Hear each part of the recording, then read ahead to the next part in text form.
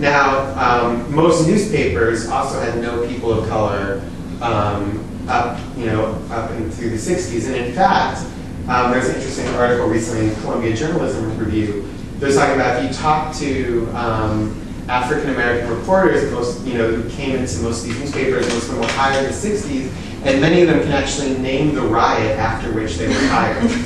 So as these cities had riots, these newspapers, said, wow, we really have no idea what's happening in the black community of our city, and we need to, and that's actually suddenly that's affecting us, and we actually do need to be finding a way to report on those communities. So, and again, it was still very sort of token representation of those communities, and the media, these daily papers around the country are still not fundamentally changed from that. And in fact, this recent Columbia Journalism Review article was saying that there's actually, in the last few years, these newspapers which never became diverse in their staff have actually become less diverse, that there's been an exit of people of color from the staffs of these newspapers. And they talked about an example of going to the Houston Chronicle editors meeting, and there was no people of color at the meeting.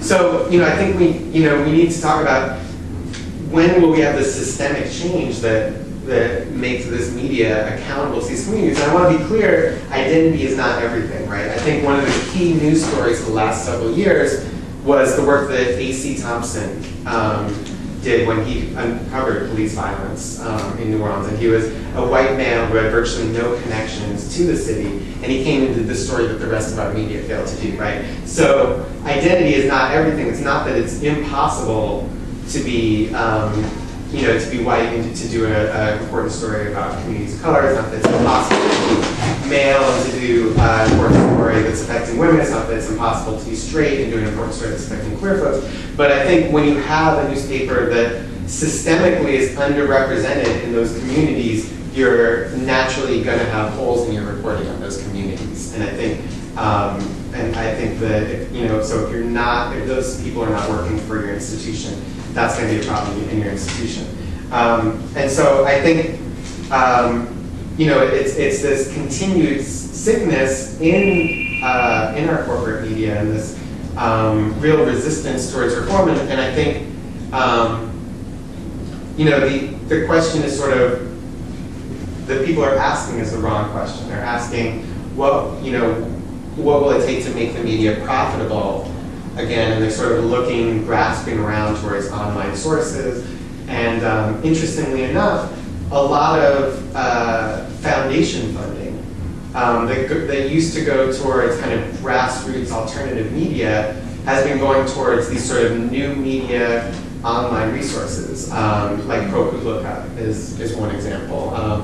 And so these are investigative news outlets that are online only, that are sort of a new model. And interestingly enough, if you look at the top staff of most of these online only organizations, they're mostly older white males who have retired from the Wall Street Journal, the Washington Post, the New York Times, and have gone into these. And so, it's not really changing who is creating this media. And in fact, it's actually taking money away from some grassroots alternative, more people of color oriented and created media that existed. So it's actually creating, pulling away resources from some of these alternatives that exist.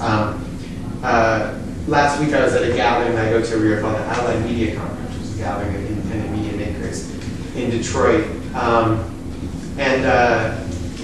It's an incredible gathering of people. Very few of them work for the so-called corporate media.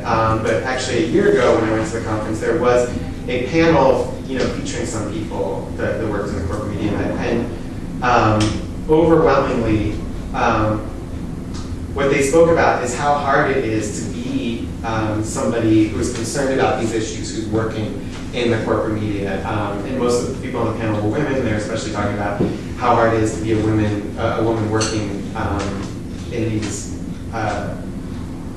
these systems. And one person talked about how she actually very regularly, over the course of a week, will have to go into the bathroom to cry because of the stress of what she's doing. Another person was talking about how every day after work she had to go and get drunk because of the strain that she's facing of trying to work within this incredibly unhealthy system that's, that ultimately is driven towards these very corporate goals and that isn't really interested in uncovering the, neither of these people worked for Fox, by the way. They were working for, what I think would be called the liberal media. And so, I would say with media, at least, what we need is what I would call a dual power strategy. And I base that to what we saw in the movement in Bolivia, where they had people working for change within the government to try and have a party that could run the government, and also a movement that was separate but with similar goals that was outside the system, that wasn't trying to be part of the state, but that was trying to build power outside of the state.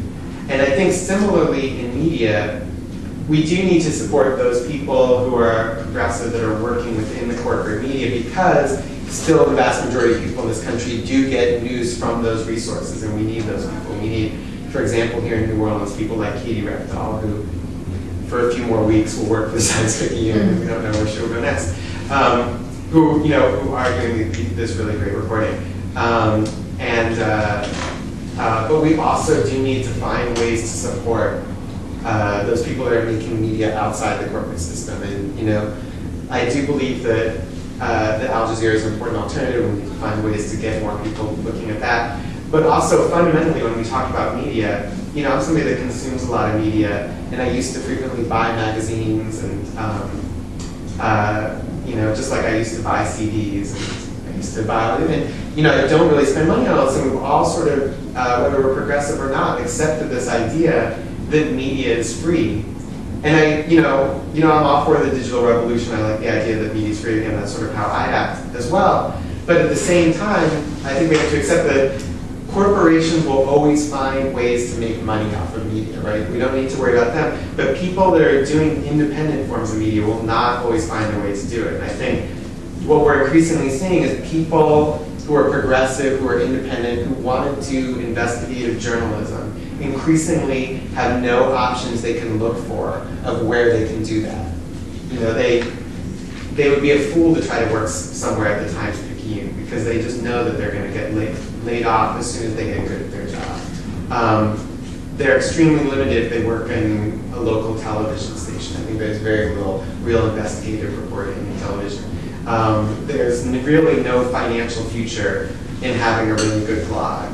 Even if you're doing investigative journalism, that blog, right, there's not really a clear way to monetize that kind of thing. So we need to find a way of how we can actually support these people doing independent media and doing independent investigative journalism.